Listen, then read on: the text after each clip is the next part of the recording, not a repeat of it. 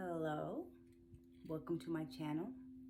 I am Hoodoo Hannah, also known as your favorite auntie, also known as the Good Pussy Witch. I make good pussy great. I am a country girl. I am from a place called Turnbull, and that is deep in the woods in North Carolina. I am a hereditary witch. I am a daughter of the dead. I work hoodoo. I am a daughter of Oshun. I am initiated into Santeria Palameombe, and I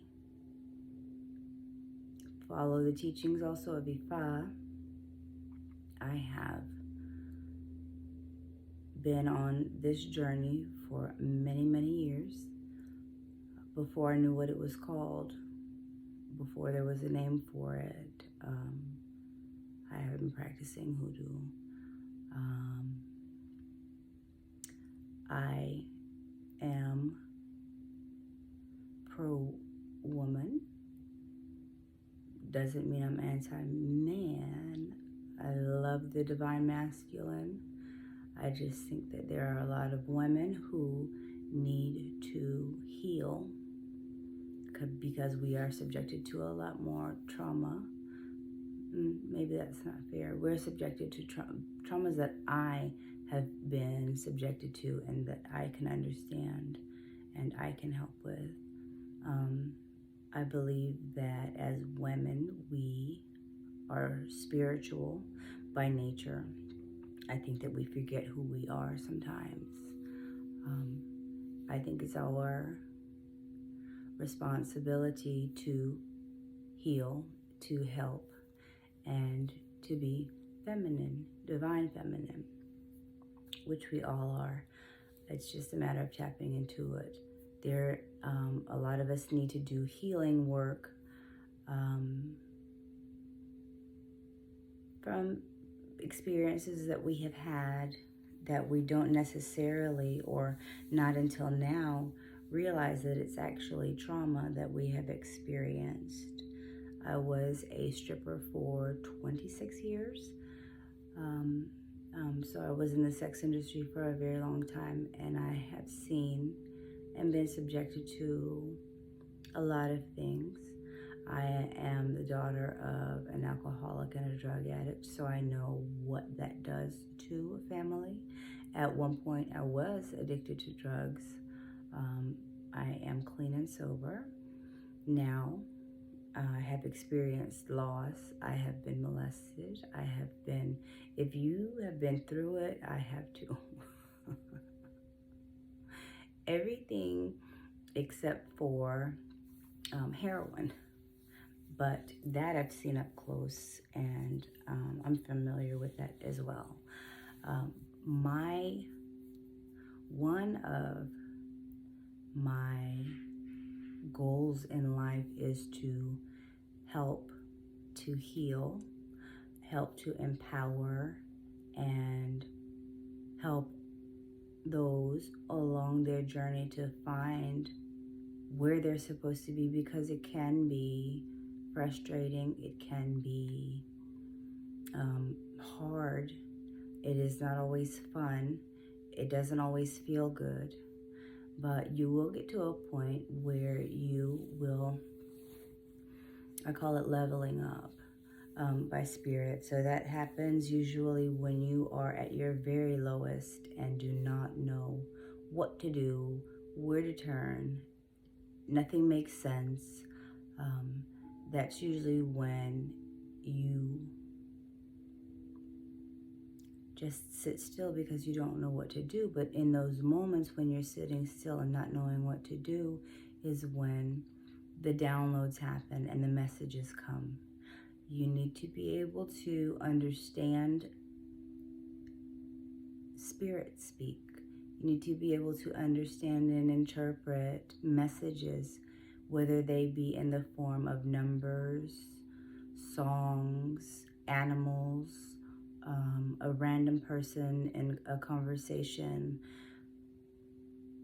saying exactly what you thought a couple of days ago, and then you heard it on the radio, and now this person is saying it to you as well.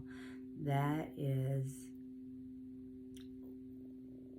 one way. That is a confirmation. So pay attention to the messages that you receive. Also, I teach fearlessness and doing away with self-doubt.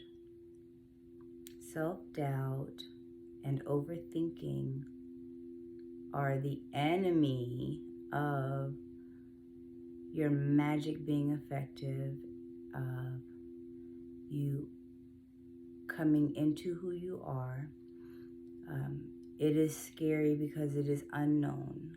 I do come from a Christian background, and I also understand a lot of what we go through trying to unlearn and relearn what it is that we have forgotten.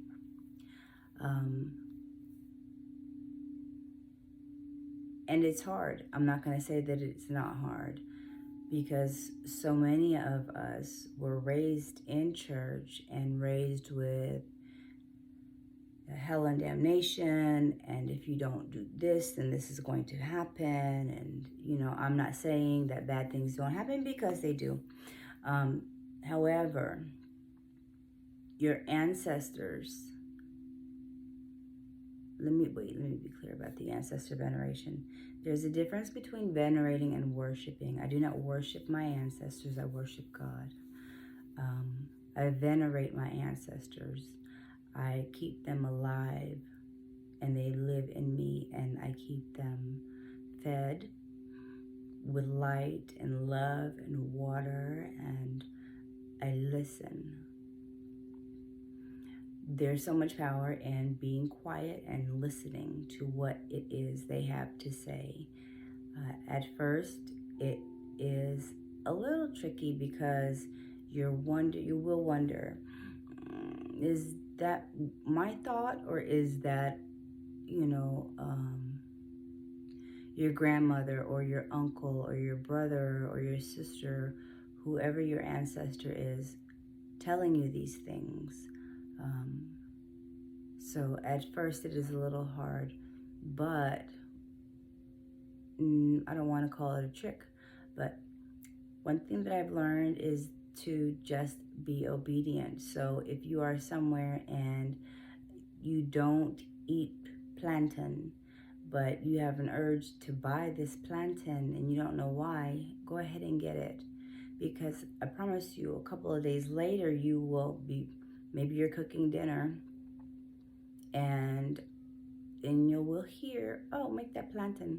And it's not for you, it is for your ancestors. So when you feed them, that's an example, the first thing that popped into my head. But there are several times where I'm somewhere and pick up things that don't make any sense at that time, but down the line it absolutely makes sense, because you will find that either you have bought it for someone else and you're actually just holding it, or it'll be something that you will find that you'll need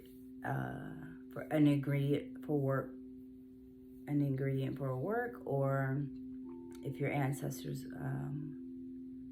are asking for it. To set up your ancestor altar, all you need is a space.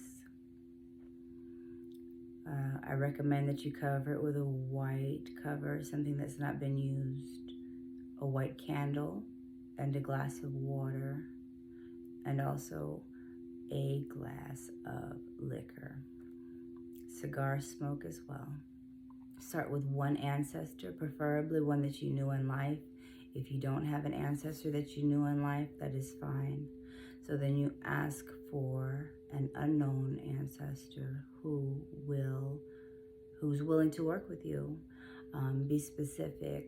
So If you want a feminine energy, call a feminine energy who is a healer, who loves children, who is sober, who loves you and has been with you, though you may not know their name. But there will come a time when you'll hear their name or what they want to be called by, or you'll dream them. One thing about dreaming about your ancestors is that you don't have to get a reading to find out what that means, because one way they communicate clearly with us is through our dreams. So if you are dreaming about your grandmother or your uncle or your auntie or your cousin that passed, that's them communicating with you. Pay attention to colors, numbers, animals, and the way you feel in the dream. I suggest you keep a dream journal beside your bed to write things down, because we seem to forget. Like, we wake up and it's clear as day, and then as the day goes on, you'll begin to forget. But dreams that you remember are definitely messages. And dreams when your ancestors come to you are definitely communications from your ancestors. Whether they be just to let you know that they are there, or to let you know that you're on the right track, or to warn you about something coming, or to give you a message about something that you have been going back and forth with. Those dreams are definite communications. And like I said, a lot of times it doesn't make sense until after the dream, and after you've written it down, maybe a week or two later, things will kind of fall into place, and you'll be like, oh, okay, that makes sense. That's what that was about. So I suggest you put up an ancestor altar first thing before you do anything else. It is God, the ancestors, and then your deities. Remember them, talk to them, play music for them, dance with them, sing to them. If your ancestor was a Christian, put a Bible on your ancestor altar, which I personally think that all ancestor altars should have a Bible if you practice Hoodoo. And do what is called bibliomancy in front of your Bible. So you pray and ask for the message for today that God and your ancestors want to give to you. Close your eyes, hold your Bible, and you flip until you stop. Put your hand down, and the verse that you see is the verse that is the answer to the question. It is the word for the day. It is what will guide you and point you in the right direction if you are trying to make a decision, or if you just need encouragement, or whatever happens to be going on in your life. The answers can be found there.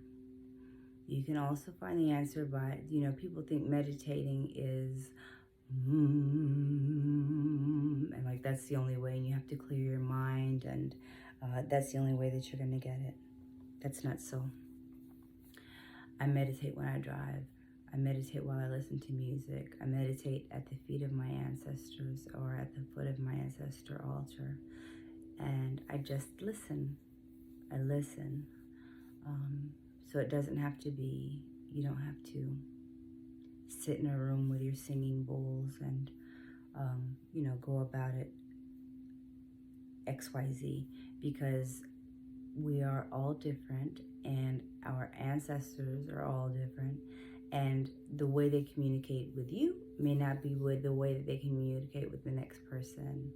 So smells, you can smell your ancestors. If you're in the middle of nowhere and smell white diamonds, and that's what your grandmother used to wear, Big Mama is there. Or if you smell cigars and your grandfather smoked, so on and so forth. Or if there is a particular incense, an ancestor burned, and you keep smelling it, you keep smelling those smells, that's them. You will also feel them though. Like if you, sometimes you'll feel like is somebody watching me? I feel like, is it the feds? No, it's not the feds. It's the deads. It's your ancestors. Don't be afraid of your ancestors. It is not, I've had people come and ask me, well, isn't that, is it necromancy? It's not necromancy.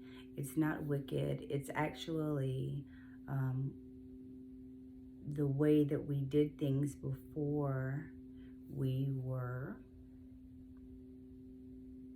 snatched from our homeland and had our own deities and gods replaced by others. But that's for an entirely different video. Don't be afraid of who you are.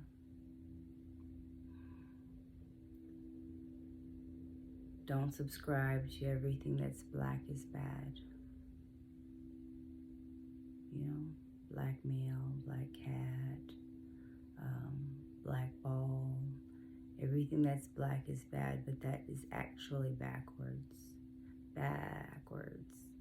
Black is a very powerful color, and it is actually all of the colors combined. It is powerful, it's misunderstood, it is beautiful. Don't be afraid of it. We were taught a long time ago to be afraid of our deities because they are the devil. That's just not so. In fact, it is the opposite.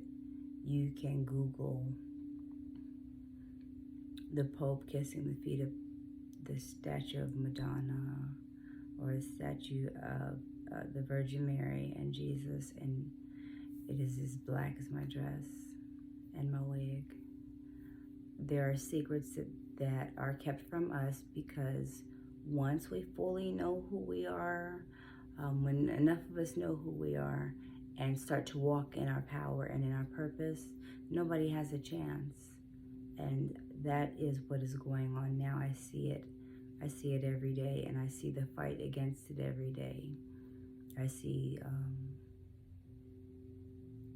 the whitewashing of not only our history and our heritage, but any indigenous people. That's also for another video. But I just wanted to introduce myself and say hello and let you know who I am, what we'll be discussing on my page. If you have any questions, please don't hesitate. Don't forget to subscribe and turn your notifications on as we begin to build on this platform where there is a little less censorship and we can have these conversations. Okay? So until next time, Honeybee, thank you so much.